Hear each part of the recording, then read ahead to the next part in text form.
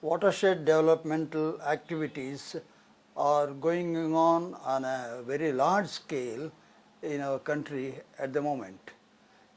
These are concentrated mostly in the drought-prone areas, and these activities were taken up as early as in 1970s. And several guidelines were issued by the Government of India all this period, especially during the mid-90s. They have issued a guideline for participatory activities pertaining to watershed development. Now, when we do the watershed developmental activities, certain results will have to flow or will have to occur after the completion of the watershed development. Now, these results are unfortunately not happening in the various watersheds taken up in the country. The reasons are many. The primary reason earlier found was the participatory approach was not there, and hence it was observed that participatory approach is very essential to obtain the results, and these guidelines were framed in 1990s in order to have a very good participation of the stakeholders. Even after the participation is very good, the watershed developmental results are still not occurring. This is what observed by various international agencies as well as the Indian agencies when they made a survey. For example, the World Food Policy Research Institute based in Washington, they have conducted surveys of about 1,000 watersheds in the country, and they found 40 watersheds out of 1,000 were having very good participation by the stakeholders, and the funds were utilized properly in a correct manner. And even in these 40 watersheds, the results have not occurred, and they found that various technical interventions would be necessary in order to get the results. The Ecological Foundation based in New Delhi, they also have conducted surveys, and they found that the results were not encouraging in any of the watersheds successfully completed where participatory approach was also good. This was investigated in great detail by me during mid-1990s, and a technology was developed in order to obtain the required results in the watersheds. Now, these results are classified broadly as 5.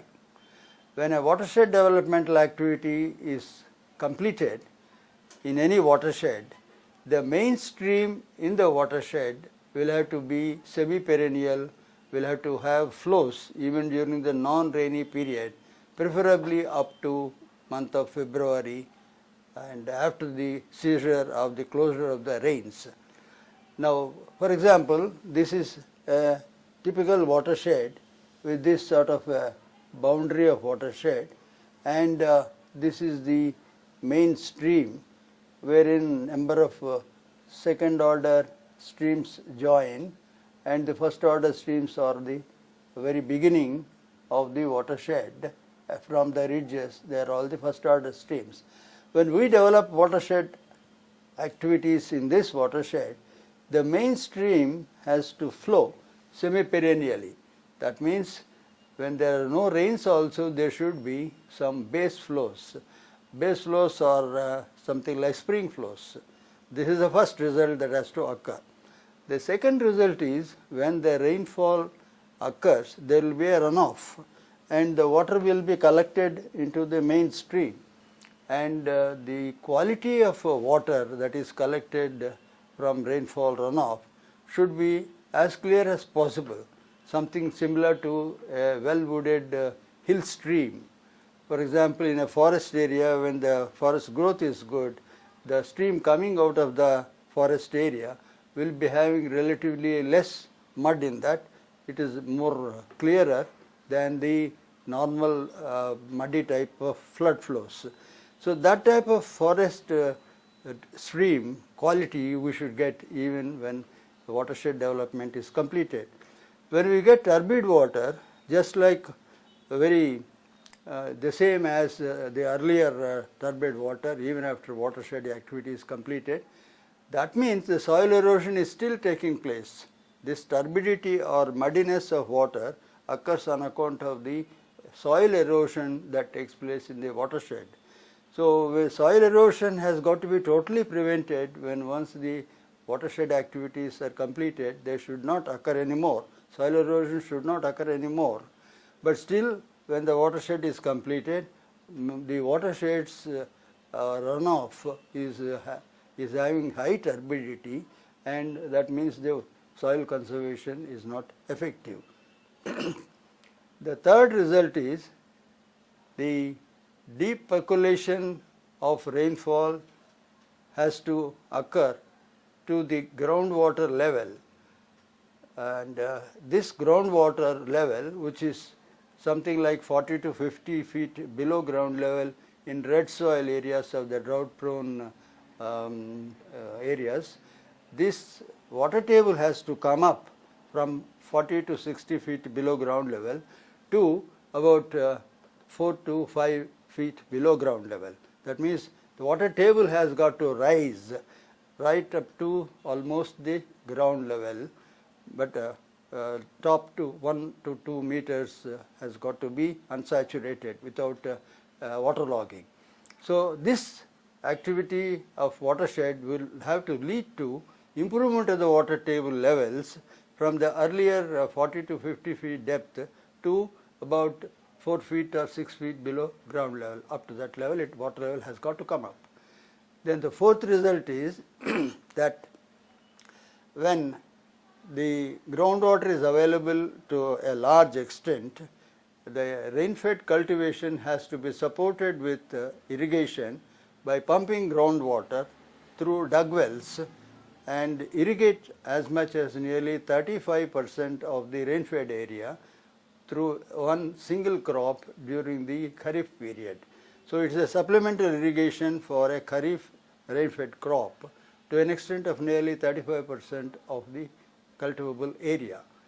Then the fifth result is that the area must be rendered drought-free, which means there should be water resources in the watershed even during drought spells, or in a drought year also there should be sufficient groundwater to meet the requirement of drinking of humans and animals, and also meet the water irrigation requirement of perennial crops like garden crops, and give also one rain-fed crop is supplementary or life support irrigation. This sort of water resources should be available when once the watershed is completed, even during a drought year. Then only the drought proofing occurs. Now these 5 results are based on the land and water resources. If these do not occur even after the watershed is completed, that means the purpose of the watershed development is not served. There are instances when several agencies have quoted that the agricultural production has improved after the watershed development is completed. Yes, true. If you take up intensive agricultural activities like good seed and then plant protection and then good supplementation of manures, or if you correct the micronutrient deficiencies, also you will get a higher yield. So these are all the line departmental activities which give improved agricultural yields in the watershed. But such a type of improvement can occur even in non-watershed also if those activities are done. Similarly, they quote dairy development, or they quote poultry, or they quote animal husbandry development due to watershed development. But those things are line departmental activities which give results, whether it is in watershed or outside the watershed.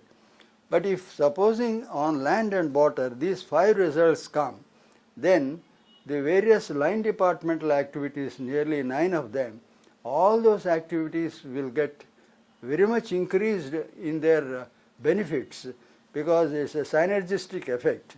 whatever benefits they are having due to line departmental activities will get multiplied by 3 to 5 times due to synergy of the various activities. Now this type of watershed development has to be done through a technical innovation, and that technical innovation I call it as 4 waters concept. Now what is this 4 waters concept? In these 4 waters, the main thing is rainwater, that everybody knows. This is the source of all the other waters. And the second thing is the surface water. That is, when the rains occur, there will be a surface runoff which flows in the streams, rivers, and into the lakes, tanks and all that. That is the second source. The third one is groundwater. The groundwater is underground water. Due to water table conditions, the water is in a saturated zone, and that water can be pumped out and used for various purposes. These 3 are very well known. The fourth one, more important than the other 2, are that relates to soil moisture. Now when you take the total water balance study in a drought prone area, red soil area, we get a result something like this. If the rainfall is 100 units, surface runoff will be around 20 units. The rainfall only is causing surface runoff. And then the deep percolation to recharge groundwater will be about 15%. The balance 65% would be in the unsaturated zone, what we call a surface suspended water, soil moisture in the root zone and below up to water table level, what we call it as unsaturated zone. So this moisture which is held in capillary suspension up to water table level is the one which is very critical, because every time this quantity of water is entering into this zone of unsaturated zone, which means the top root zone of 1 to 2 feet depth and below right up to water table, and this soil moisture is evaporating every year, and during summer the evaporation is very severe and is entirely lost due to evaporation. And we have to manage these 4 domains of water, and basically this 4 waters concept is vegetative oriented. We have to ensure that the soil moisture evaporation that takes place in the summer and the non-rainy period is not so severe as it was earlier. That can be ensured by cover crops, a technology which has been developed and that is available in a book which has been written on 4 waters concept, and that is published by the Engineering Staff College of India, and it's a priced book of 100 rupees. That one is giving all the details of what these cover crops are.